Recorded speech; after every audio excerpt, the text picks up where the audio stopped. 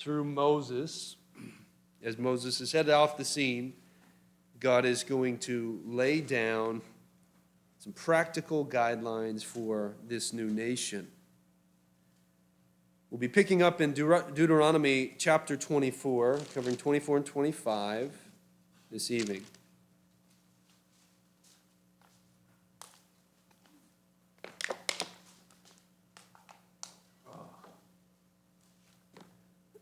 A lot to talk about. Who was here last week? Just 3 of us, but if you were here last week, you'll remember that the laws they're not written so that you read one section and it has something to do with the next. It's like statutes. Anybody ever read the main statutes? I spent a little bit of time reading in the main statutes as we were doing our building and preparing for that in the fire marshal's office. And, it doesn't have to, one preceding section doesn't have to really have anything to do with the next section. Sometimes it does, and we'll see that at times. But these are the things that God wants for this new nation. In chapter 24, verse 1, he speaks right into our homes, right into their homes, and by extension ours. Jesus will weigh in at the end of this section, because we'll let him, out of Matthew 19. But let's read it and discuss it. When a man takes a wife and marries her, and it happens that she finds no favor in his eyes, because he has found some uncleanness in her. And he writes her a certificate of divorce, puts it in her hand, and sends her out of the house. Well, when she has departed from his house and she goes out and she becomes another man's wife, well, if that latter husband detests her, that's a strong word, and he writes her a certificate of divorce, even puts it in her hand, and sends her out of his house, or if the latter husband dies, who took her as a wife, then the former husband who divorced her in the first must not take her back to be his wife after she has been defiled. For that is an abomination before the Lord, and you shall not bring sin on the land which the Lord your God is giving you as an inheritance. I probably read that 10 times before it started to come together in my mind. So let's work through it. When a man takes a wife and marries her, obviously coming together consensually, an engagement is initiated, a period of betrothal in that culture. And then when the man would finish, usually off the back of his father and mother's house, a room, a house of sorts for her, then the father would say, hey, go get your bride. So all of that has happened, a 7-day feast, and they've come together choosing each other, whether their extended families are involved or not. That's kind of an aside. But when a man takes a wife and marries her, and it happens that she finds no favor in his eyes, this is key, because he has found some uncleanness in her. What does that mean? Well, in Jesus' day, rabbis had basically taken that phrase, because he had found some uncleanness in her, and said that it applied to basically anything that brought displeasure to a husband. Anything. You burn the toast. You burn the bacon. I mean, that's even worse than burning the toast. I mean, what, a couple dollars a pound, right? We got to throw it out. What are we going to do with this? Give it to the dog, right? But literally, they had broadened this phrase, found some uncleanness in her, to apply to anything they found distasteful. She speaks when she's not spoken to. Get her out of there, right? They literally had that power and authority, and they believed that the Word of God supported them in that, which is ridiculous. Because in Hebrew, uncleanness, some uncleanness in her, literally means nakedness. It is a woman that has left her vow and gone out and committed adultery. And the same would be true in reverse. This is not just for men with their wives, it's for wives with their husbands also. And so that's what that word uncleanness means. And so Moses, in the law, permitted the writing of a certificate of divorce if that person doesn't find favor, there's no grace for that, that adulterous act. There's no grace in that person's heart to cover that he would permit them to write a certificate of divorce. And then if we kind of follow the story, that woman travels to another man, gets married to him, becomes her wife, and then would do the very same thing she did to her first husband to her second husband. And when he would say, you know what? I'm done with you too. It would be an abomination. It would be disgusting to God for the first husband to just say, oh, you know what? No big deal. Bouncing around. It's okay. It's not okay. Because from the very beginning, God intended for a man and a woman to come together and to become one flesh and to never separate. To never separate. That's his intention. Now, we know the reality of this world.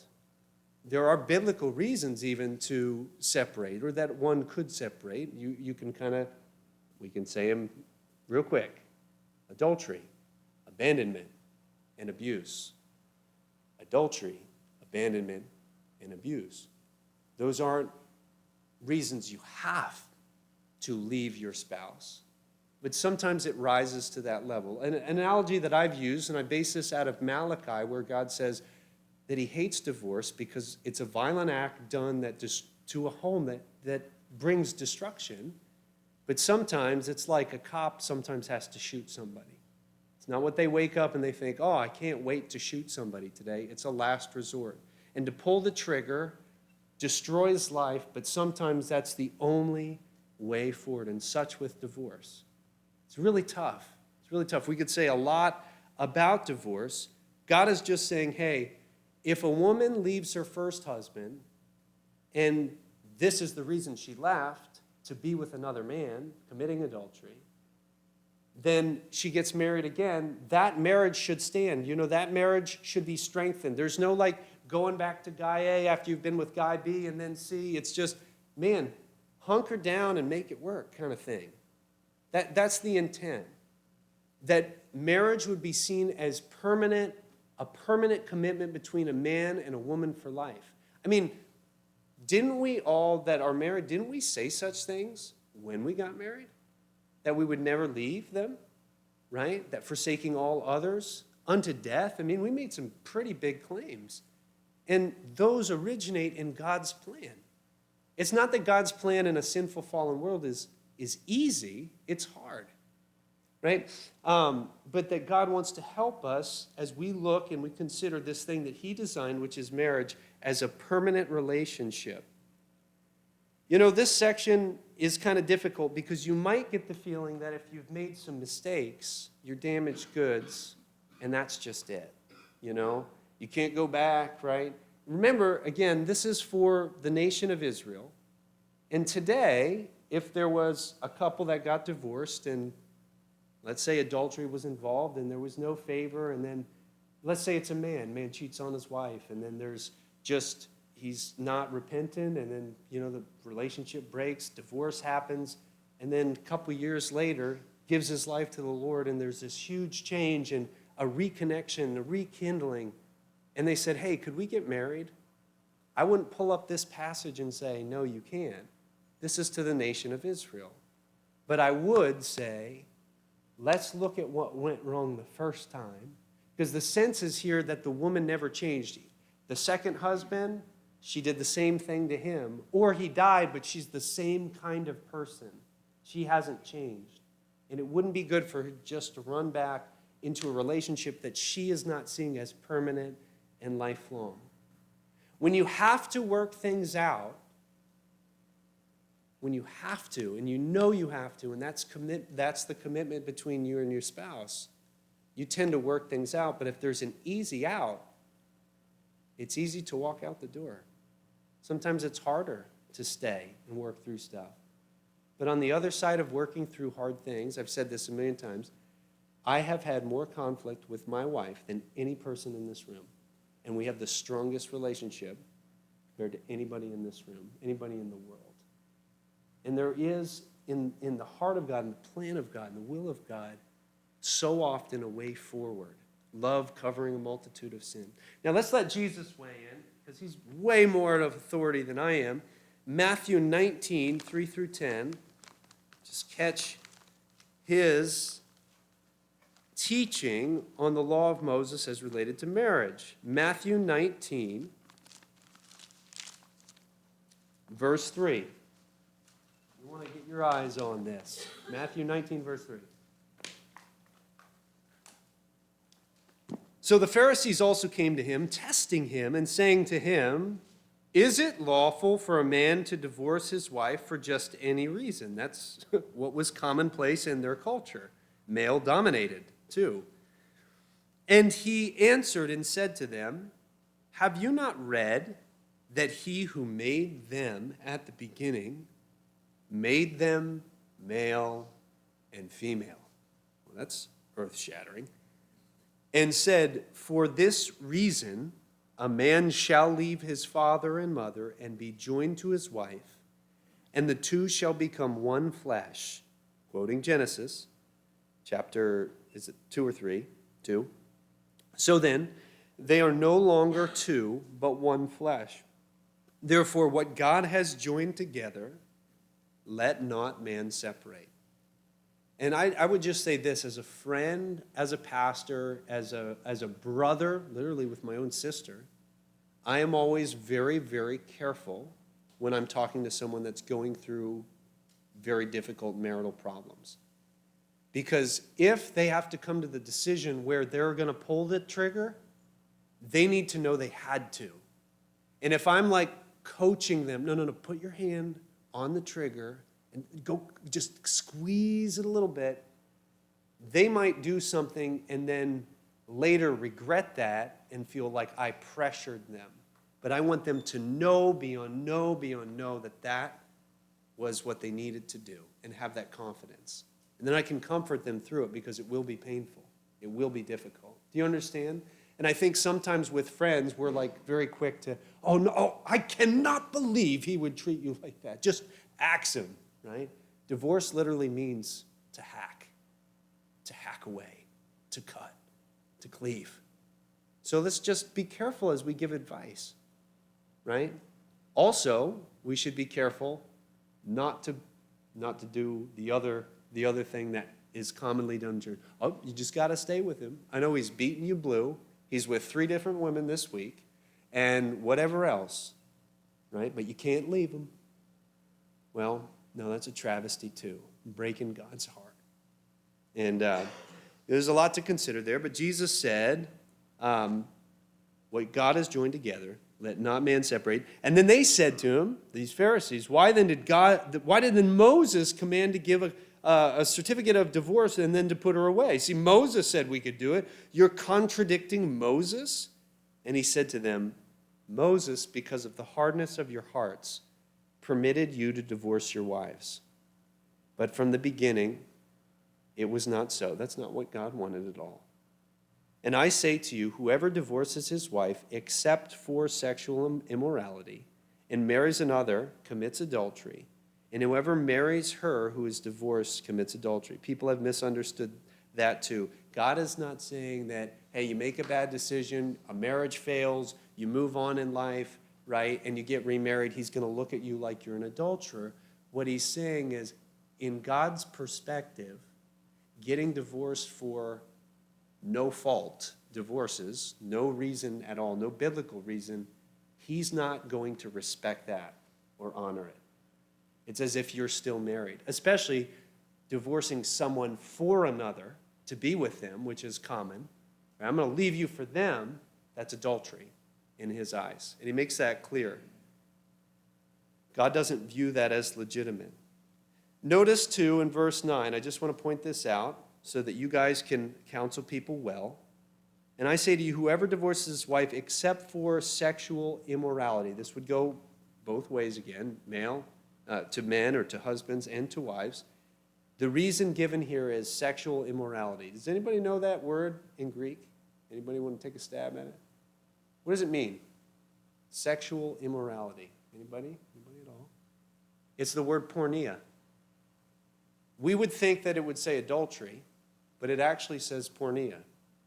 And we have an epidemic of men, especially in our nation, but also around the world, that would not physically cheat on their wives, but cheat online or virtually all the time. And it is a reason that a woman can look in their husband's eyes and say, you promised to be faithful, and you're not. And it's, but I haven't actually done. Oh, it's in your heart, and you have.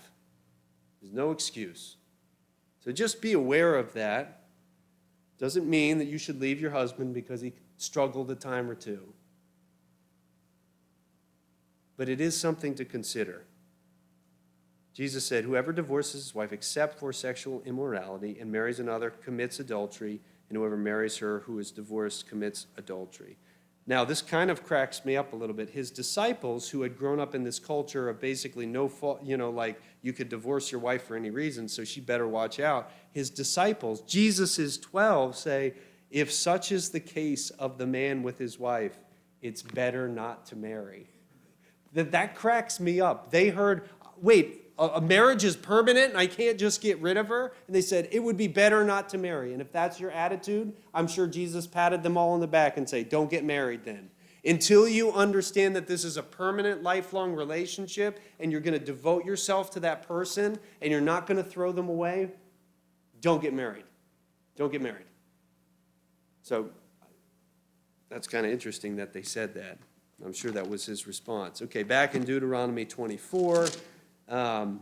Let's keep going. Verse 5, along the same lines, when a man has taken a new wife, he shall not go out to war or be charged with any business. He shall be free at home 1 year and bring happiness to his wife whom he has taken. I'm going to say one more thing quickly about the preceding section. You all know the story of Hosea? Hosea was a godly man. God said, hey, I want you to marry a woman of ill repute. And so Hosea fell in love with a woman named Gomer who had formerly been a prostitute and loved her, and she fell in love with him. They started a family together. The first kid was theirs. The second and third, probably not. Probably not. She started kind of fooling around on him. And then she decided to leave him and go back to prostitution. And men, think about that. Think about how painful that would be. And she went back, and God said, Hosea, you see Gomer? It must have been so painful for him. He said, I want to show the nation of Israel the love of God. And I want you to be, how could you say this? I want you to provide the example. I want you to go and buy back Gomer at the slave block, because after she had lived that life of prostitution, and then she gets married to Hosea, and then she's a prostitute again, she got all used up. Nobody wanted her, and she was going to be sold as a slave. And God told Hosea, the kind of love that I have for this nation is the same as you going back to the slave block and buying her back and telling her, I'm going to be devoted to you for the rest of your life. Please be devoted to me. And so that was an object lesson that Hosea lived. And that's God's heart for the broken. That's God's heart for those that have thrown their lives away and made mistake after mistake, that have not valued, their sexuality, their marriage, their family, that have made huge, enormous mistakes. That's his heart for people that have failed in big ways. I want you to know that, because sometimes we read the law and it seems so cut and dry. Like, man, that's God's heart. He's just like, man, you're trash. But that's not what the Lord thinks of you. And that's not how God told Hosea to treat Gomer. So you should know that. Okay, verse 5. Now I feel like I can go for it. When a man has taken a new wife, he shall not go out to war. Don't enlist him, what draft him would be. Don't force him to go out to war, or to be charged with any business. He shall be free at home 1 year and bring happiness to his wife whom he has taken. The key is not to force them to do anything. If that man loved his nation and he wanted to go out to war, he could. Or if he loved his work and he wanted to work outside of his home, he could.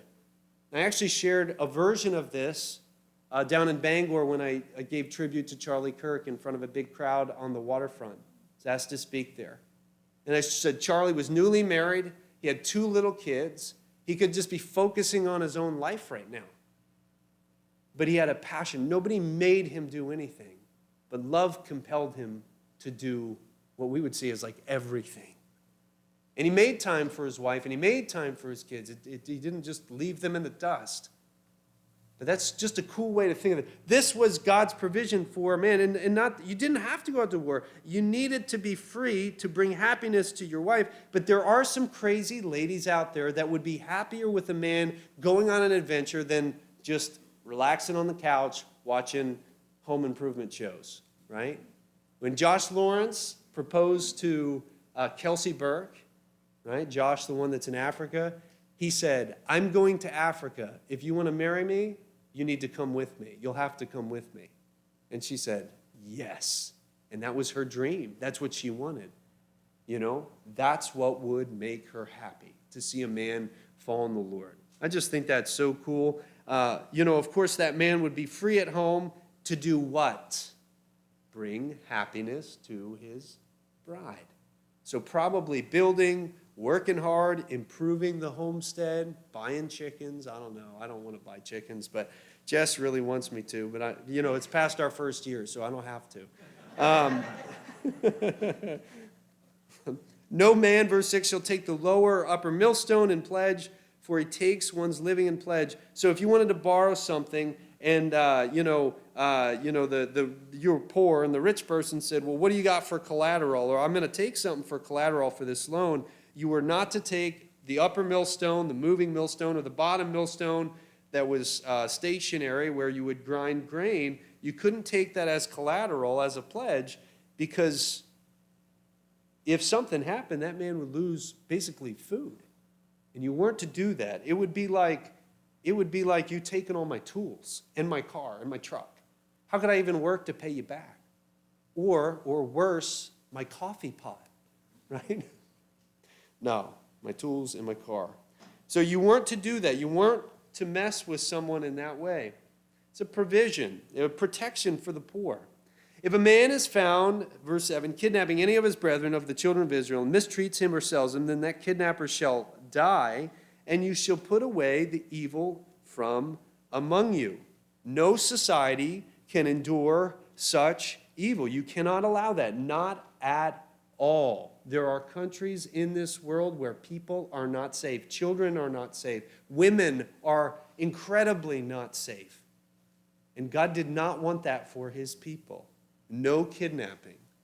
And it's crazy to think that there were laws being proposed in the state of Maine that would allow for the kidnapping of children, minors from other states, to come here if the reason they were coming was for sexual surgeries and transitions, right? That we would just turn a blind eye and law enforcement would not interfere, but they would allow that to happen. Think of how far we've fallen.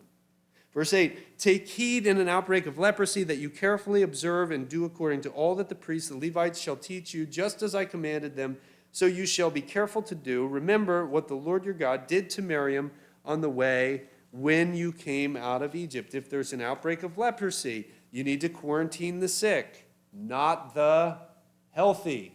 You don't quarantine the healthy, you quarantine the sick. And you don't give preferential treatment to even Moses' sister. If she's got leprosy, you make her leave the camp. It doesn't matter who she is. You guys all remember Gavin Newsom. You all know Gavin Newsom out in California. He's the governor there. He's got a nice smile, but that's about it. Okay? And Gavin, on the same day that he told people not to see their families, 2020, he told people not to travel to see their family for Thanksgiving or Christmas.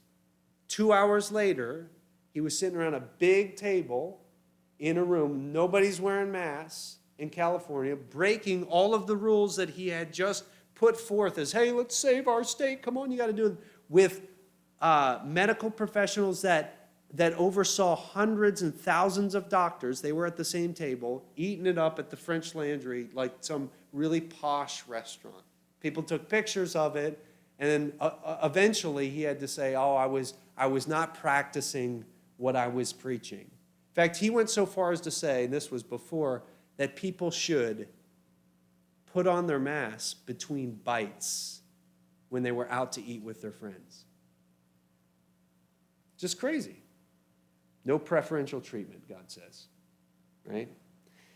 When you lend your brother, verse 10, anything, you shall not go into his house to get his pledge. You shall stand outside, and the man to whom you lend shall bring the pledge out to you. And if that man is poor, you shall not keep his pledge overnight. You shall in any case return the pledge to him again when the sun goes down, that he may sleep in his own garment and bless you. And it shall be righteousness to you before the Lord your God. Think about that, guys. The God of the universe cares when somebody's cold at night. We struggle sometimes to understand how much God cares about people. But the law that he wrote, it includes provisions like this. If you get collateral for something, somebody borrowed something for you, and the collateral, the only thing the poor man has to give is his overcoat, you need to return it before the night comes because he might be cold. He might cry out to God, and God cares about that kind of stuff. Notice also, and this is part of really the foundation of America. It came out of England in the 1600s. But a man's home is his castle. And so your home is your property. If somebody, this is the way it should be, somebody's invading it, if somebody's breaking and entering, you should be able to defend it. And so the rich man is not just able to come into someone else's home anytime they will pleased. But that home, as modest as it was that poor man's castle.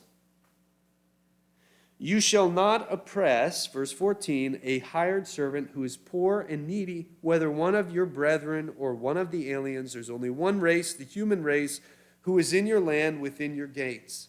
They're people, and it's easy to oppress those that are vulnerable, especially impoverished. Verse 15, each day you shall give him his wages, and not let the sun go down on it, for he is poor and has set his heart on it. Now that might be inconvenient for you to run out and get your money, your coinage to pay him, but he's living day to day. And if he cries out against you to the Lord, right, because you said, hey, I'll give you your money tonight. Oh, man, it's real late, and I got to get going. He can't do anything. He has no recourse. And he goes home and he's cold and he's hungry and the sun has gone down. He's got to get up early in the morning and work his butt off again. It will be sin to you. It'll be sin to you. I think sometimes, man, it's crazy. I don't almost want to say this. I run most days. And it's been really cool because I'm like, I can run again. Like, my back was messed up for a while, and it did not feel natural. And now it's starting to feel like almost good. Almost good. Even though I was sick with a cold, I went out and I was running most days, and it was like the best that I felt was when I was out running because I don't know, clear my lungs, and it's great. And I can exercise, right? I'm not like doing anything crazy. Like, I'm not like an Olympic athlete or anything, but I like it. I like it. You might not, and that's your thing, but I like it. But it's funny how I'll get home at night. My kids will be going up to bed, and one of them will say, I'll go up and tuck them in, and then one will be like, Dad, from upstairs. We have 3 stories in our house. They'll be like, Dad, you gotta come up and bring my water bottle up. And I'm like, no, I don't want to climb 2 sets of stairs to go up, But in these little kids' hearts, they don't get their water bottle, or something, not just complaining, not just like making a big deal about nothing, but something, tuck me in, Dad, come pray with me. And for me to say, nah, you'll be fine, right? Just because it's inconvenient. That little kid, it breaks their little heart. And they whimper, and they probably fall asleep in 5 minutes. And I know that. I've done this to them, and I shouldn't. But when they whimper, you know who hears it? The Lord hears it. And you should let him say to you, get up there and say goodnight again. Right? Sometimes they need a little swat because they've gotten out of bed 10 times, right? I'm not afraid to do that, right? But just, man, he cares about these little things. So sweet. Such a big God. and he stoops so low. Man, it's so cool. Think about these things. Fathers, verse 16, shall not be put to death for their children. Go a little farther. Nor shall children be put to death for their fathers. A person shall be put to death for his own sin. Judge people independent of one another, and they are accountable for their own actions and decisions. Verse 17, you shall not pervert justice due to the stranger or the fatherless, nor take the widow's garment, her overcoat, as a pledge. But you shall remember that you were a slave in Egypt, and the Lord your God redeemed you from there. Therefore, I command you to do this thing. When you reap your harvest in your field, when you're a landowner, you're doing all right. When you reap your harvest in the field and you forget a sheaf in the field, you forget a corner, or you forget a line or whatever, you shall not go back to get it. It shall be for the stranger, the fatherless, and the widow, those three groups of people, that the Lord your God may bless you in all the work of your hands. When you beat your olive trees, you shall not go over the boughs again. It shall be for the stranger, the fatherless, and the widow. When you gather the grapes of your vineyard, you shall not glean it afterward. It shall be for the, can you guess? Stranger, fatherless, and the widow. And you shall remember that you were a slave in the land of Egypt. Therefore, I command you to do this thing. I cannot help, when I see the word fatherless, I think of my wife. And I think of all of the people that invested in her, right? And she's lovely. Actually, this is funny. So I didn't want to drive her to the airport and then have to come back and like be in a frenzy to make service and all this stuff today. So I thought, we have this helps group at the church. What a perfect thing to share. I'll share that my wife needs a ride to the airport and see if somebody will take us up on that. And I did. And Jody and Mark, Scott, Jody wrote up this. I mean, she just has a good way of writing. She said, does anybody want to, take Jess to the airport? I mean, who wouldn't kill to spend an hour with Jess, right? And somebody jumped right on it. And I know if it was me, who wouldn't kill to spend an hour with Sam? It would have been crickets, right? Somebody would have felt obligated probably. But I mean, she's just that kind of person. In fact, I know, and I'm not going to say this too broadly, but I know something's wrong with somebody if they don't like my wife. I get that people have problems with me, right? I drive me nuts. But she is the fruit of people that took the Bible seriously and said, hey, there's this fatherless girl. I'm going to get her to church. I'm going to invite her over to our house. I'm going to check on her mom, right? And they took that seriously. I think sometimes we don't, and we won't see the fruit of taking God's word seriously. I want to see that fruit in the next generation.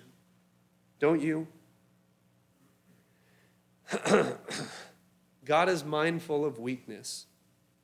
And it's, if you're an employer, you're a business person, you're running things, you're mover and shaker, there's a time to step back and say, you know what? I don't have to maximize every bit of profit if it minimizes people and their value to me. Okay? So, chapter 25. If there is a dispute among men, between men, and they come to court, and the judges may judge them, and they justify the righteous and condemn the wicked. That's the way it's supposed to work. Then it shall be, if the wicked man deserves to be beaten, notice this, that the judge will cause him to lie down and be beaten, where? In his presence. The judge has to be there. No absentee beatings. According to his guilt, with a certain number of blows. So they would designate a certain number of blows for different offenses. This is, obviously better than capital punishment.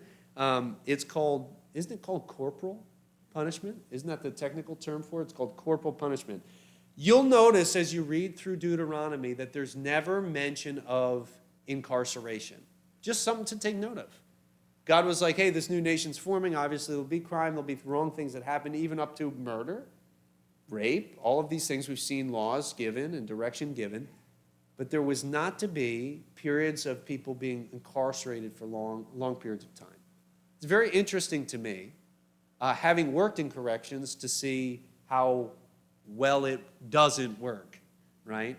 And to see the gobs of money that are spent and the recidivism that is through the roof. And I'll say this now, I can say it openly, and some of you have heard this story. When I worked in juvenile corrections, our facility wanted to make it look like, and the administration wanted to make it look like we were a success.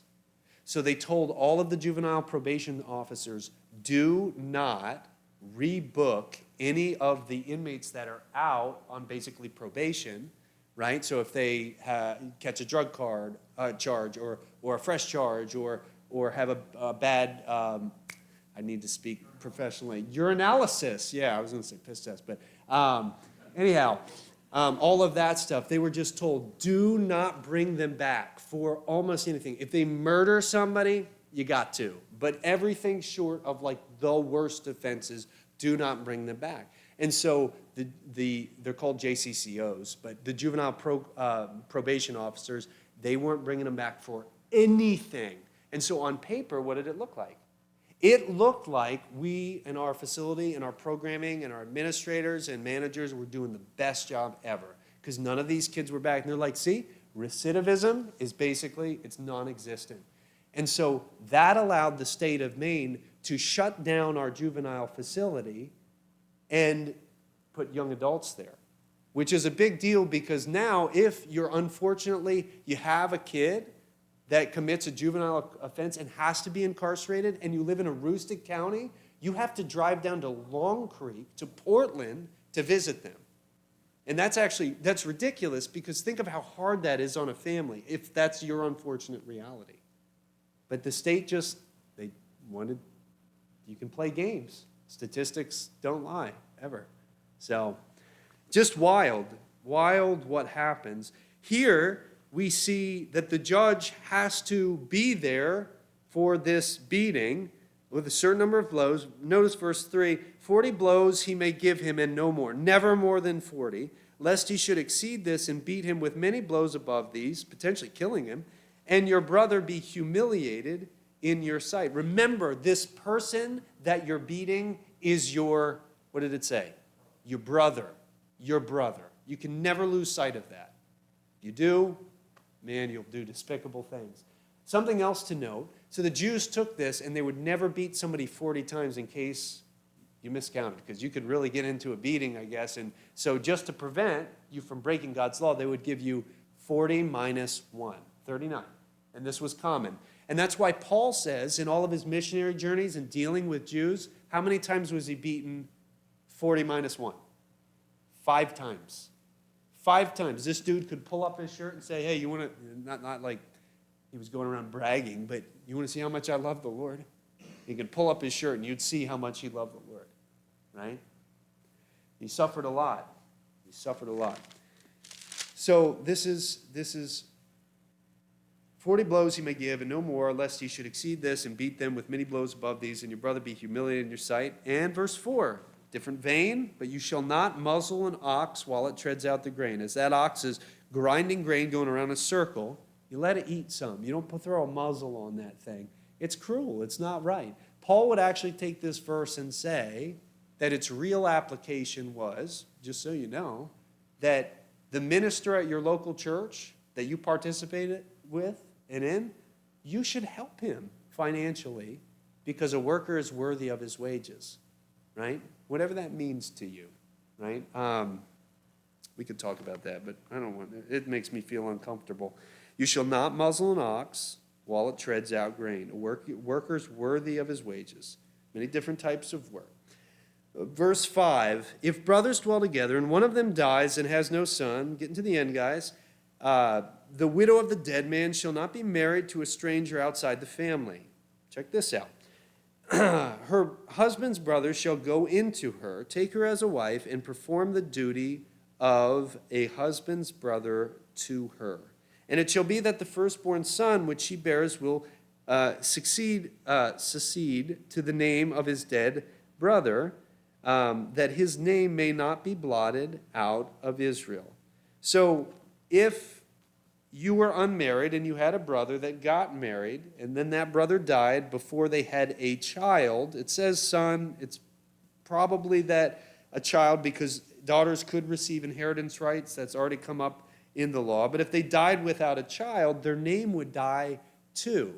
They wouldn't have offspring. And so the dead man's brother, if he had one, that lived close, if they dwelled together, verse 5, would then have this duty to take that widow, his brother's wife, and marry her, and then his offspring would be in place of his brother's children that never came because he died. And now, that might seem very, very strange to you and to me. And let me tell you why that's strange. Because the American way is that we only have one duty, and that is to ourself. And there actually exist other cultures in the world where they don't see things that way. They see obligation and duty as a blessing and a privilege and something to embrace when it's done for people that you love. So, a couple of things.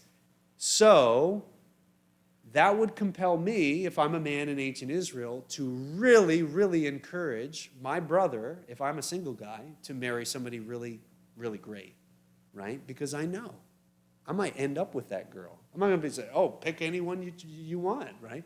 I'm going to encourage him to make a great choice because she might end up being my wife if he dies. And mortality rates were fairly high. Now, the man didn't have to take his brother's wife. And verse 7 shares that with us. If he doesn't want to do his duty, verse 7, but if the man does not want to take his brother's wife, then let his brother's wife go up to the gate to the elders and say, my husband's brother refuses to raise up a name to his brother in Israel, and he will not perform the duty of my husband's brother. That was a duty, a brother to a brother. Then the elders of the city shall call him, these would be the leaders of the whole town, and they'd speak to him. But if he stands firm and says, I do not want to take her, check this out. Then his brother's wife shall come to him in the presence of the elders, the leading men of the town. She will remove his sandal from his foot. This cracks me up. And spit in his face. And answer and say, so shall it be done to the man who will not build up his brother's house. I have a feeling that she would not be the only one to spit on him because of what she said. So shall it be done to the man who will not build up his brother's house. We are, the greater biblical principle here is that we are our brother's keeper. You understand that, right? We have a responsibility to each other. And we live in a culture that's fiercely individualistic. It's just me and myself and I. I'm going to watch out for number one, and that's me. Well, that's not God's way of doing things. And so we don't have to do this in our church. We don't have to do this in our culture to be in obedience to God, but we have to recognize that the principle is valid. We ought to, out of duty and preference, even giving up our own dreams and desires, serve each other, put each other first. And so this was a great disgrace given by this man to his brother's wife, and she'd take his sandal, spit in his face, and say, so it shall be done to the man who will not build up his brother's house. Check this out. And his name shall be called in Israel, the house of him who had his sandal removed. That sounds like such an insult. Oh, there's the guy that had his sandal taken, right? He would probably get a new sandal, but the name would stick. And, there's lots of times in the Bible where people were renamed, but that's not a way that you'd want to be renamed. Understand this.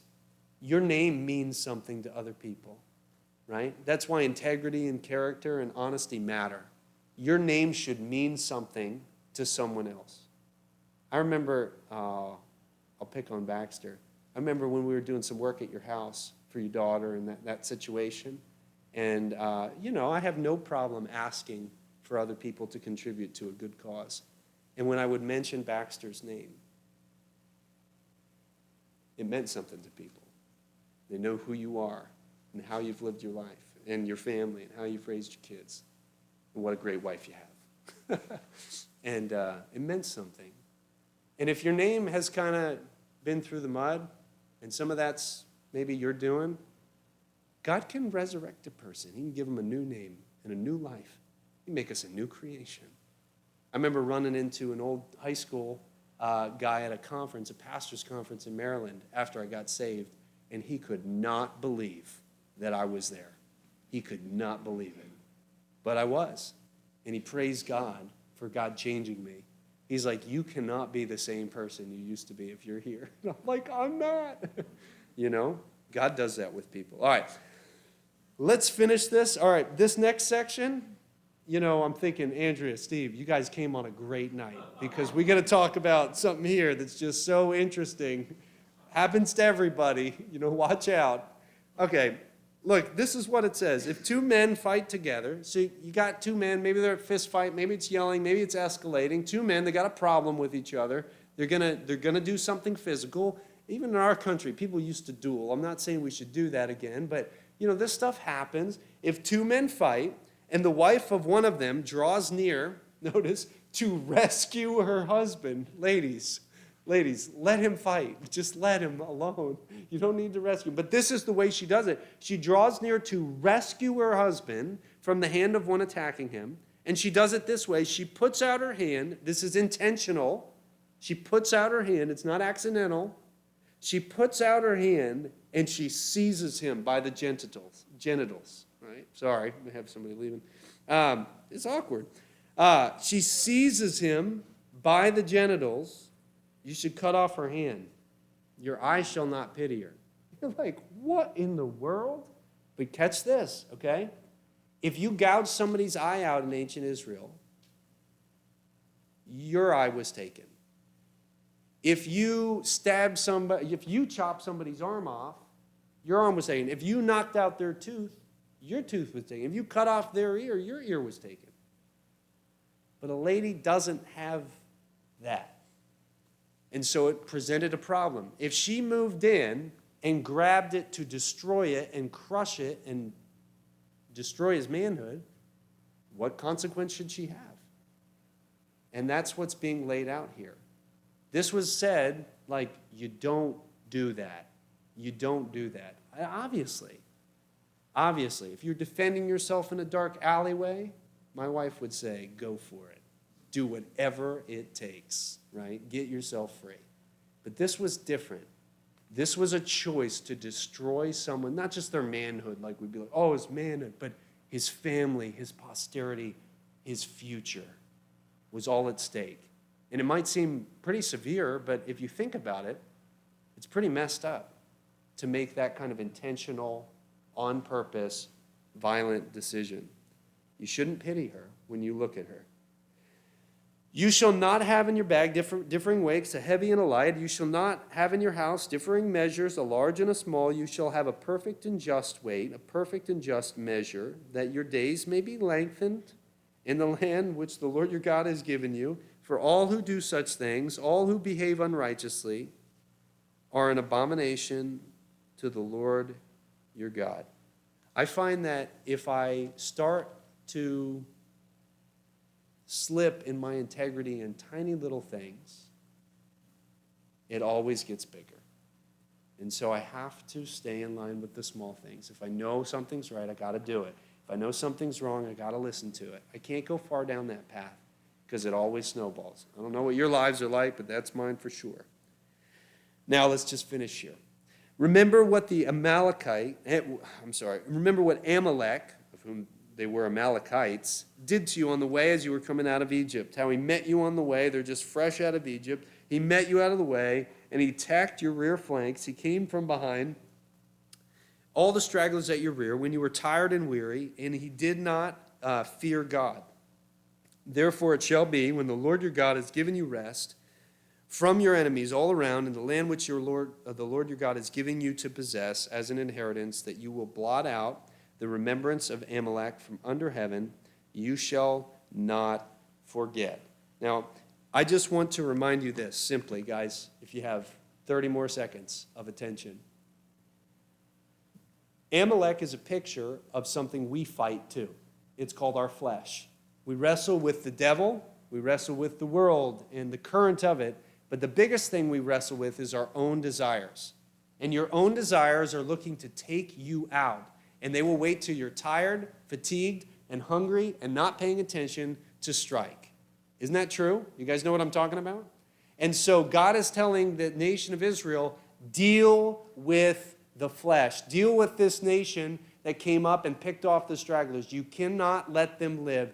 Don't let them live, or they'll keep doing what you're doing. And likewise, in Scripture, we are told to put our flesh, the part of us that's screaming when it doesn't get what it wants, we're to put that to death daily. We're to say no to self, right? To deny self, to carry our cross, and to follow him. Jesus said, if any man desires to follow me, he'll do those three things. And so I just want to remind you, in not obeying this provision or this instruction, and not dealing with something that they knew had to be to get rid of it. You know, those things in our lives that we know can't stay, but we don't really want to get rid of them. Saul, King Saul, you know this story. He was told by God to kill all of the Amalekites. And he went out to battle, and he did, most of them. But he kept their king, and he let a few others survive. Do you know what the last words that Saul ever heard in his life were? It was a guy that killed him walking away saying, I am an Amalekite, right? He lost his life to the thing that God said, you got to take care of this problem or it will rise up and get you in the end. And a lot of us treat our flesh that way. We let certain things live in our life that we need to get rid of. And we let them live, we make a provision for them, and then they rise up and they sideswipe us and take us out. We wonder, what happened? Well, we didn't deal with Amalek. We didn't deal with the flesh. And it now haunts us because you can't go back and undo, what you've already done. You've got to deal with the consequences now. Get forgiveness, move forward, all of that. Receive God's grace. But if you don't want to fall to the flesh, you've got to deal with it. You can't make provisions for it. You can't excuse areas in your life that God puts his finger on and says, this has got to go. It's got to go. Don't let that live. But I like that. No, kill it. Kill it. Get rid of it. So there we go. 24 and 25. Lord, we thank you for your presence with us and your instruction through laws that we understand the need of and weird ones that kind of make us feel weird talking about them in public. But Lord, we thank you for your presence. We thank you for your guidance through life and through just hearing and understanding your word and the effect that it has on our heart. Pray this in your precious name. Amen. Grace and peace.